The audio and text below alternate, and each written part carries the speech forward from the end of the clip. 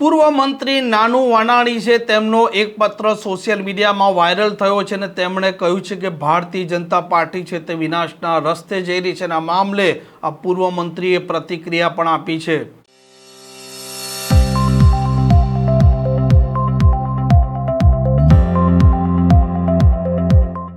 નમસ્કાર, આપ જોઈ રહ્યા છો હોટલાઇન ન્યૂઝ અને હું છું આપની સાથે તોફિક ગાંચી.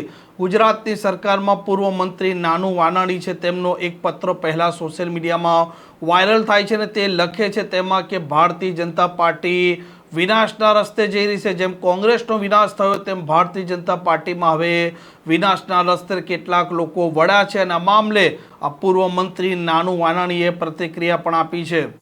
મેં ગુજરાતની જનતા અને ભારતીય જનતા પાર્ટીના કાર્યકર્તાઓને ઉદ્દેશીને તો નથી લખ્યો, પણ જનરલ રીતે એક પત્ર લખ્યો છે.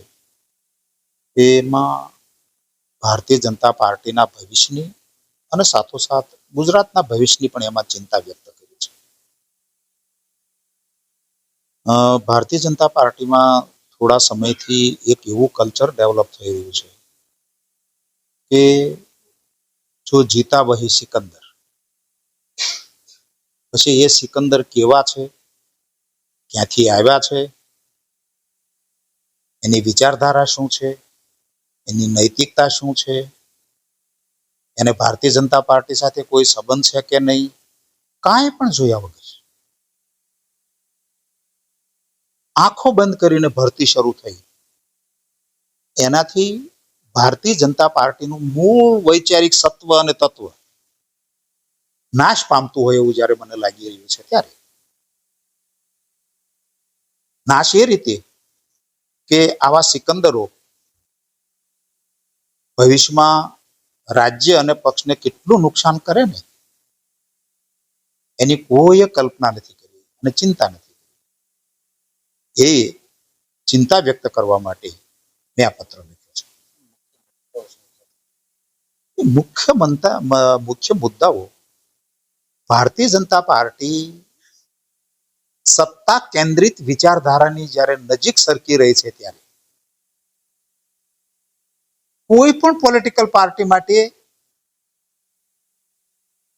માત્ર ને માત્ર સત્તાને કેન્દ્રમાં રાખવી એ આત્મઘાતી પુરવાર થાય. સત્તા કેન્દ્રમાં હોવી જ જોઈએ, ન હોવી જોઈએ એવું મારો વિષય નથી, પણ સિદ્ધાંતના ભોગે સત્તા નહીં. સિદ્ધાંત પહેલા, સત્તા પછી સિદ્ધાંતને આધાર બનાવીને, સિદ્ધાંતને કેન્દ્રમાં રાખીને જ્યારે તમે સત્તા પ્રાપ્ત કરો એ જ સત્તા સાચી. તમે એન કેન પ્રકારેણ સિદ્ધાંતને બાજુમાં છોડી અને માત્ર ને માત્ર સત્તાને કેન્દ્રમાં રાખીને જ્યારે પાર્ટી ચલાવવાના પ્રયત્ન કરતા હો ત્યારે એનાથી પક્ષને તો નુકસાન થાય જ, સાથોસાથ રાજ્યને પણ નુકસાન થાય.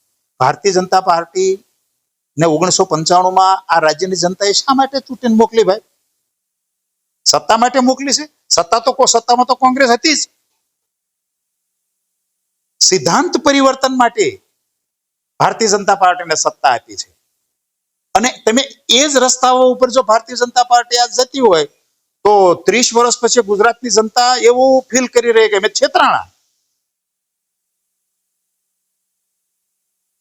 તો ગુજરાતની જનતાને એવું ફીલ ન થાય કે અમે છેતરાઈ ગયા છીએ ભારતીય જનતા પાર્ટી, તો રૂક જાઓ, હવે બહુ થયું એવું કહેવા માટે મેં આ પત્ર લખ્યો. આમાં નાનુ વાનાણી કહી રહ્યા છે કે ભારતીય જનતા પાર્ટીમાં હવે ચોક્કસ વ્યક્તિઓ આવે છે અને તેમનો સત્તા છે તેનું સુકાન સંભાળી લે છે અને ભારતીય જનતા પાર્ટી હવે કોંગ્રેસના જેમ વિનાશના રસ્તે જઈ રહી છે. આ નાનુ વાનાણીના પત્રથી ખળભળાટ પણ મચી જવા પામ્યો છે.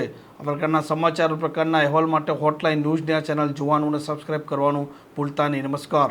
આવા પ્રકારના વિડીયો તમને જોવા ગમતા હોય તો હોટલાઇન ન્યૂઝ ચેનલને લાઇક, શેર અને સબસ્ક્રાઇબ કરો.